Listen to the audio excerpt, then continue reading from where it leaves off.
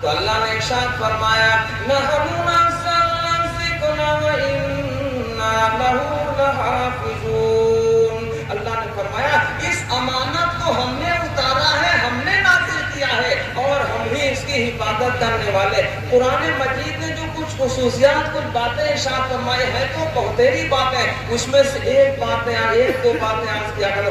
الخلق عیال اللہ، ساری مخلوق جتنی بھی ہے، چرند ہو پرند ہو انسان ہو جو بھی ہو، وہ اللہ کا کنبہ ہے۔ کنبہ قبیلہ جس کو بولتے ہیں نا، وہ اللہ کا کنبہ ہے۔ کس معنی کر سرور کائنات امام الانبیاء جناب محمد رسول اللہ صلی اللہ علیہ وسلم کے سامنے ذکر کیا گیا کہ ایک کتا پیاسا تھا، پیاس کے مارے زبان کو باہر نکال چکا تھا۔ ایک عورت آئی، بڑی بیکار عورت تھی، بد کردار عورت تھی۔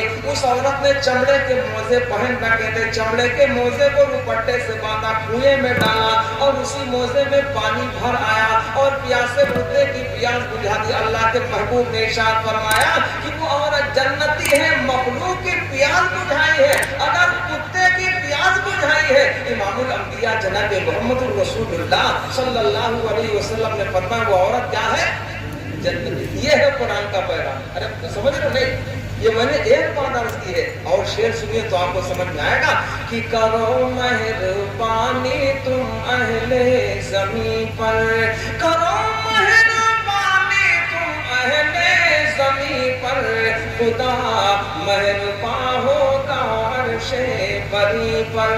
کوئی تفریق نہیں ہے، کوئی امتیاز نہیں ہے۔ تمہارے پڑوس میں غیر مسلم ہے، کوئی بھی کسی بھی برادری کا ہے، تمہاری ذمہ داری اس کا حال پوچھو، مدد کرو، اور جب وہ پریشان ہو تو اس کے مدد، یہ تمہاری ذمہ داری ہے۔ ارے بولو ہے کہ نہیں؟ ہم نے سمجھانے اسی لیے جھیلنا پڑتا ہے۔ سمجھ لیتے قرآن کو، سمجھ لیتے اللہ کے حبیب علیہ السلام کی تعلیم کو تو جھیلنا نہیں پڑتا۔ ہم نے سمجھا نہیں ہے، جب سمجھا نہیں تو سمجھائیں گے کیا؟ الخلق عیال اللہ، ساری مخلوق اللہ کی عیال ہے۔ یہ بات کس کی ہے؟ قرآن کی بات ہے، ہماری اپنی بات نہیں ہے۔ قرآن حق بولتا ہے۔ اس پر میں ایک شعر کہا کرتا ہوں کہ کونین کے رشد و ہدایت کا سامان نہ بدلا جائے گا، کونین کے رشد و ہدایت کا سامان نہ بدلا جائے گا، بدلے گا زمانہ لاکھ مگر قرآن نہ بدلا جائے گا۔ یہ سبق کس نے دیا ہے بھیا؟ زمین والوں پر رحم کرو، آسمان والا تم پر رحم۔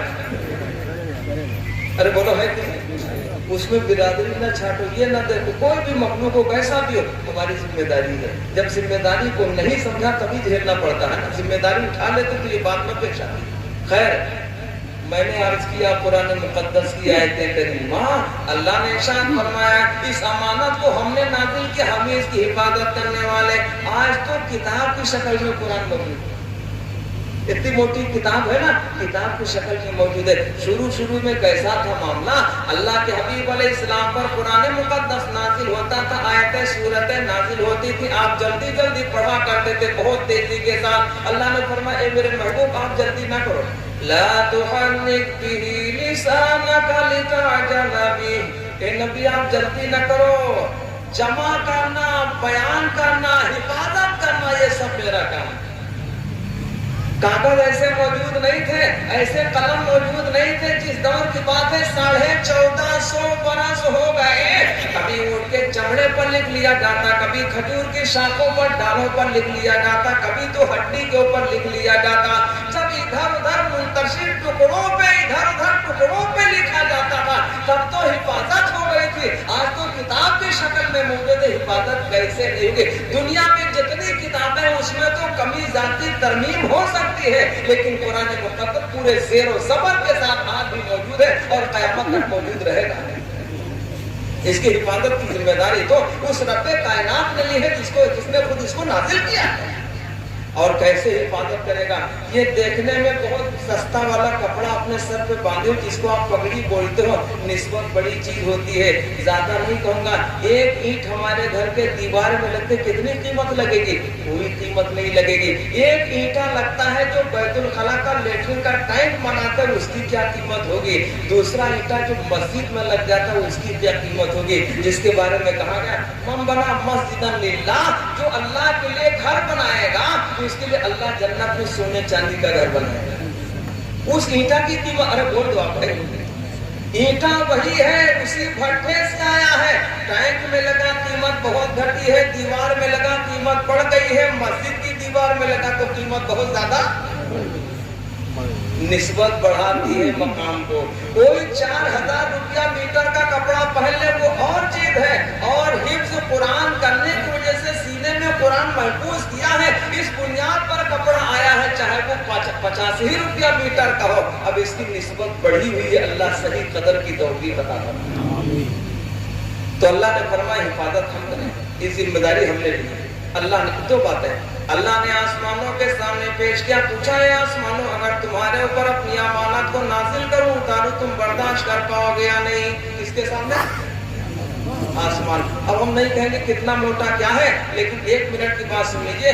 آسمان کی دوری اتنی ہے، حضرت عبداللہ ابن سلام رضی اللہ تعالیٰ عنہ کے پوچھنے پر آقا نے فرمایا تھا اے عبداللہ ابن سلام 500 سال چلا جائے تب پہلے آسمان تک پہنچا جائے، اور 500 سال پھر چلا جائے تو پہلے آسمان کے موٹاپے کو پار کیا جائے۔ یہ آسمان جتنے دور دور ہے اتنے ہی موٹے موٹے ہیں، اور پہلے سے دوسرے آسمان کے بیچ کا جو راستہ ہے وہ بھی 500 سال کا ہے، جس کو اللہ نے ارشاد فرمایا الذی خلق سبع سماوات طباقا۔ 29واں پارہ سورہ ملک ہے، اللہ نے آسمانوں کو نیچے اونچے تہ بتہ بنایا۔ وہ بات وہیں پر اللہ نے آسمانوں سے پوچھا آسمانوں تم بتا دو تمہارے اوپر اپنی امانت نازل کروں برداشت کر پاؤ گے یا نہیں؟ تو آسمانوں نے ڈر کے مارے اس امانت کو اٹھانے سے انکار کر دیا۔ اللہ نے زمین سے پوچھا اے زمین اگر تیرے اوپر اپنی امانت یعنی قرآن کو اتارو تو برداشت کر پائے گی یا نہیں؟ تو زمین نے بھی ڈر کے مارے اس بوجھ کو اٹھانے سے انکار کر دیا، نافرمانی میں نہیں ڈر کے مارے۔ تو اللہ نے پہاڑوں سے پوچھا اے پہاڑوں ذرا تم ہی بتا دو اگر تمہارے اوپر اپنی امانت کو نازل کرو تم برداشت کر پاؤ گے؟ تو پہاڑوں نے بھی اس امانت کے بوجھ کو ڈر کے مارے اٹھانے سے، ارے بولو بھائی، یہ تو میں نے ترجمہ کیا ہے، آیت پڑھتا ہوں۔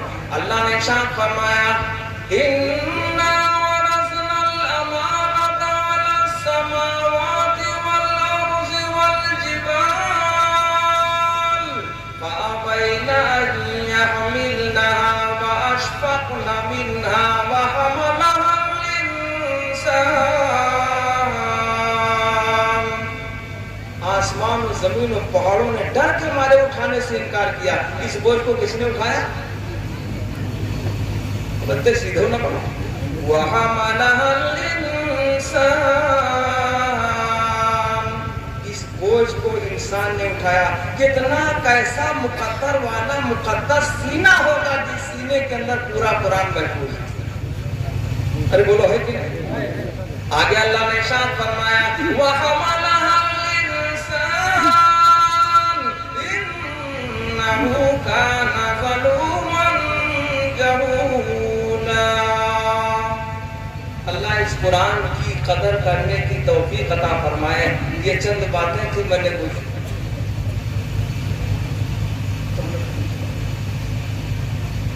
پہلے ہی بول دیا تھا۔ یہ ٹائم تو اجازت 12 بجے تک تھی، تو ہمارے ذمہ داران کی کرم فرمائی ہے جو اتنی دیر میں بھی ہوا تب بھی انہوں نے روک ٹوک نہیں کی۔ ان کو اللہ خوش رکھے دنیا میں، اور آپ حضرات کو اللہ جزائے خیر عطا فرمائے۔ اتنی دیر تک رہے، سب کو سنا، طے کرو ہمیں عمل کرنا ہے اور اس کتاب کو فروغ دینا ہے اور اس کی قدر کرنی ہے اور اس پر عمل کرنا ہے۔ خداوند قدوس ہم تمام ایمان والوں کو ان کہی کی باتوں پر عمل کی توفیق عطا فرمائے۔ وآخر دعوانا ان الحمد للہ رب العالمین۔ صرف 1.5